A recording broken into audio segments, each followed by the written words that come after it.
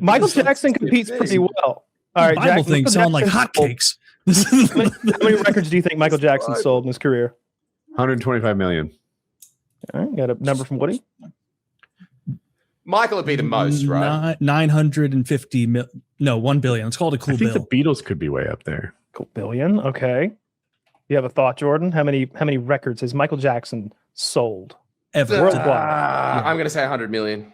500 million records. Jeez. Wow. Michael Jackson is on a level so far above everyone else that it's and the amount of stardom that he had. Like, I was a little kid, but I knew who Michael Jackson was. You know, I remember like being like 4 or 5 and just like knowing who that was. You know, that he was so incredibly famous. There was a video I saw on YouTube years ago where it was people like going to one of those tribes you were talking about, Kyle, and showing them YouTube videos.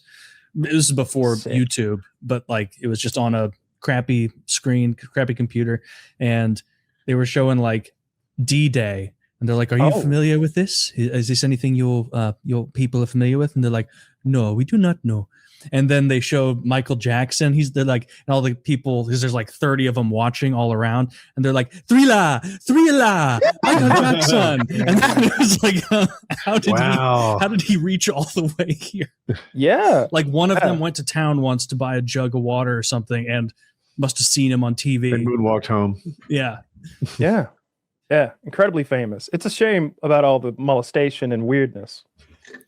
Yeah.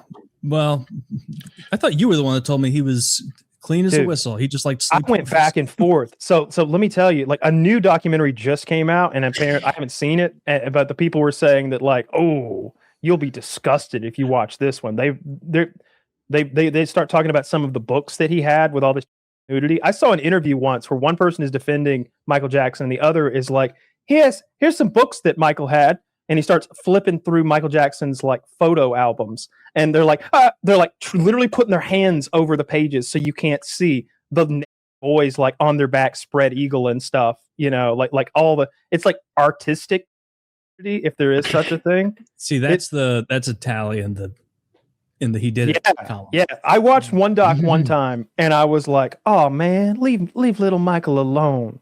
Like, clearly, this is a good guy who's just misunderstood. His childhood was stolen, and so he is a child. And of course, he wants to, like, sleep with little boys. That's what we did when we were little boys. We had sleepovers with our little boyfriends, and we, like, fucking watched Jurassic Park. And we all, like, slept on the floor, or maybe, like, 2 to 3 to a bed. Like, we were little kids. It wasn't a big deal. That's what he was doing. And then you watch the next documentary, and you're like, sick fuck. That's sick fuck.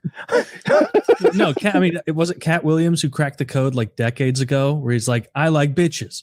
And so I got shit at my house that bitches like. What did Michael Jackson have at his house? Fucking gumball machines and toy trains and carousels. And then you hear Chris Tucker talk about his friendship with Michael Jackson, and you're like, oh, man, I have a hard time hating this guy. I wish I knew the truth. I wish I knew the truth about this guy, because depending on who you hear it from, he's either a monster or a victim or a pretty chill guy. Chris Tucker makes it sound like he had a deep voice in real life, but he only spoke with that voice as like his instrument. And if you have, they talk about, apparently he would prank phone call celebrities a lot. He had friends of friends. He'd find out where you were staying and like prank phone call your hotel, doing silly voices and shit. Like, he was clearly like an immature kind of a kid. That is what like an 8-year-old would do. Yeah. And then Chris Tucker would say, he's like, when that 50 Cent album came cabinet, it's all NyQuil. He called it Jesus juice. He would feed the kids. He would give the kids wine and like juice boxes and shit. Get them all liquored up and get all handsy. Who could have seen this coming? Not the parents. Everyone the whole time. I mean, didn't he buy off the parents, or am I making that up? Yeah, I think maybe, but I haven't watched it in a long time. Like I said, depending on which documentary you watch, you'll come away with a completely different opinion about the guy. Like I watched one of them and I was like, fuck, leave him alone. What a talent. And you watch the next one and you're like, fucking Hitler. This guy's the worst. Yeah, I don't know. There's something about him. He's like walking through a gallery of Like, It's like that South Park episode, Mr. Jefferson. That's ignorance.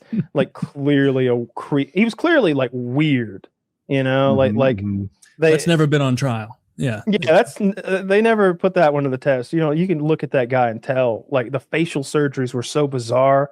I always thought that he wanted to be a white woman. Like, that's what it seemed like, that he was trying to turn himself into a white woman. They say he had vitiligo, though, and then he had skin bleaching to make everything else match the vitiligo. I think that was nonsense. I think it is. I've never seen vitiligo on Michael Jackson. Yeah. Like, I have. I've seen him. Google it real quick. Okay. Michael Jackson vitiligo. What was that, Jordan? Like, what other explanation is there other than him bleaching his skin? Yeah, vitiligo, I thought, usually takes like decades, and you never turn like completely white. And he just showed up one day and was like, he bleached. Looked like He bleached his skin so it would all match. He got like a more expensive version of whatever Sammy Sosa did. Sammy Sosa went and like did it in Mexico and became Frankenberry. Pink. Yeah, Frankenberry's perfect. Yes, Yeah. he turned like a pinkish, like Easter sort of color. But I think little Michael just, had a disease. That has to be photoshopped, right? The one that he has just sort of like patches of white and white hands. Yeah. And that's not real, right? I thought Googling it would satisfy my curiosity, but instead I'm like, I remember this time. He was in public all the time and never had vitiligo symptoms. Could it have been makeup? I guess, but I don't remember him having vitiligo, and I lived through this. I don't know if these pictures are fake or not, but these are pictures of him with vitiligo. Bubbles the chimp is still alive? No way Bubbles is still out there. So. Bubbles? Is he in that? You don't remember Bubbles? Is he in that chimpanzee rescue place down in Florida where they have all that land? I think that's where they put those chimps that tear people's faces off. Missouri? Is that where they all go? Maybe it is Missouri. I saw you did tell me we've got a real chimp. Where is the chimp? Holy fuck. It could be that no one has been bothered to update Bubbles' chimpanzee Wikipedia page, but according to this, he's 42 or 43. Okay. Yeah, that makes sense. Yeah, I could imagine a chimp living that long. Chris Tucker was saying that the chimp would be in its cage, like freaking out, being super violent, and Michael was like, "Yeah, leave Bubbles alone. Don't mess with Bubbles. He's angry." It's like, oh my god, Michael, you gotta stop doing that to those kids. Bubbles doesn't understand. It's fucked.